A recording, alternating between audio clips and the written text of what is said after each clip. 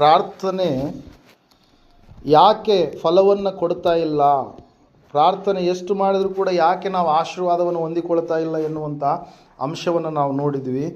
ಯಾಕೆ ಒಬ್ಬ ಭಕ್ತಿವಂತನು ಅನೇಕ ದಿವಸಗಳಿಂದ ವರ್ಷಗಳಿಂದ ಪ್ರಾರ್ಥನೆ ಮಾಡುತ್ತಿದ್ದಾಗಲೂ ಕೂಡ ಯಾಕೆ ಉತ್ತರವನ್ನು ಆತನು ಕಂಡುಕೊಳ್ಳೋದಕ್ಕೆ ಆಗ್ತಾ ಇಲ್ಲ ಎಂಬುದಾಗಿ ನಾವು ಧ್ಯಾನ ಮಾಡುತ್ತಾ ಯಾಕೆ ಪ್ರಾರ್ಥನೆ ಉತ್ತರ ಕೊಡ್ತಾ ಇಲ್ಲ ಎನ್ನುವಂಥ 3 ಅಂಶಗಳನ್ನು ನಾವು ನೋಡಿದ್ವಿ. ಮೊದಲನೇದಾಗಿ ಏನ್ರಿ, ನೀವು ಸತ್ಯವೇದದಲ್ಲಿ ನೋಡೋದಾದರೆ ಅರಿಕೆ ಮಾಡದಂಥ ಪಾಪ. ಹಲ್ಲೆಲೂಯಾ. ನಮ್ಮ ಒಳಗಡೆ ಇರತಕ್ಕಂಥ ದೇವರ ಸನ್ನಿಧಾನದಲ್ಲಿ ದೇವರ ಮುಂದೆ ಒಪ್ಪಿಕೊಳ್ಳಲಾರದಂಥ ಪಾಪ, ಆ ಪಾಪ ನಮಗೂ ಮತ್ತು ದೇವರಿಗೂ ಅಡ್ಡವಾಗಿರುವ ಕಾರಣಕ್ಕಾಗಿ ಅನೇಕ ಸಂಗತಿಗಳನ್ನು ದೇವರ ಮುಂದೆ ನಾವು ಬೇಡಿದಾಗಲೂ ಕೂಡ ನಾವು ಹೊಂದಿಕೊಳ್ಳಲಾರದೆ ಇದ್ದಂಥವರಾಗಿದ್ದೇವೆ ಎಂಬುದಾಗಿ ಮೊದಲನೇದಾಗಿ ನಾವು ನೋಡಿ, ಎರಡನೇದಾಗಿ ನಾವು ನೋಡಿದಂಥವರಾಗಿದ್ದೀವಿ. ಏನ್ರಿ, ಅನೇಕರಲ್ಲಿ ನಂಬಿಕೆ ಎನ್ನುವಂಥದ್ದಿಲ್ಲ.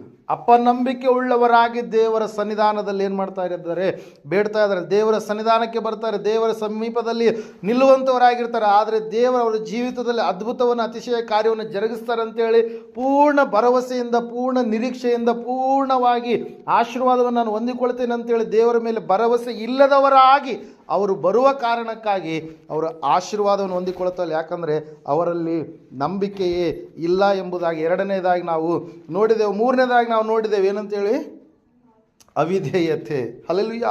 ಒಬ್ಬ ವ್ಯಕ್ತಿ ದೇವರು ಒದಗಿಸಿಕೊಟ್ಟಿರ್ತಕ್ಕಂಥ ಆಜ್ಞೆಗಳನ್ನು, ದೇವರ ಆಜ್ಞೆಗಳನ್ನು ಧಿಕ್ಕಾರ ಮಾಡಿ ದೇವರ ಮಾರ್ಗದಲ್ಲಿ ನಡೆಯಲಾರದೆ, ದೇವರು ಹೇಳಿರ್ತಕ್ಕಂಥ ಮಾತುಗಳನ್ನು ಸಂಪೂರ್ಣವಾಗಿ ಕೈಕೊಂಡು ನಡೆಯಲಾರದೆ ದೇವರ ಸನ್ನಿಧಾನದಲ್ಲಿ ಅವನು ಎಷ್ಟು ಪ್ರಾರ್ಥನೆ ಮಾಡಿದರೂ ಕೂಡ ಅಂತಹ ಪ್ರಾರ್ಥನೆ ಏನಾಗೋದಿಲ್ಲ ರೀ, ಕೇಳಿಸಲ್ಪಡೋದಿಲ್ಲ. ಉತ್ತರವನ್ನು ನಮಗೆ ತೆಗೆದುಕೊಂಡು ಬರೋದಕ್ಕೆ ಸಾಧ್ಯ ಇಲ್ಲ ಪ್ರಿಯರೇ. ಹಲ್ಲೆಲೂಯಾ.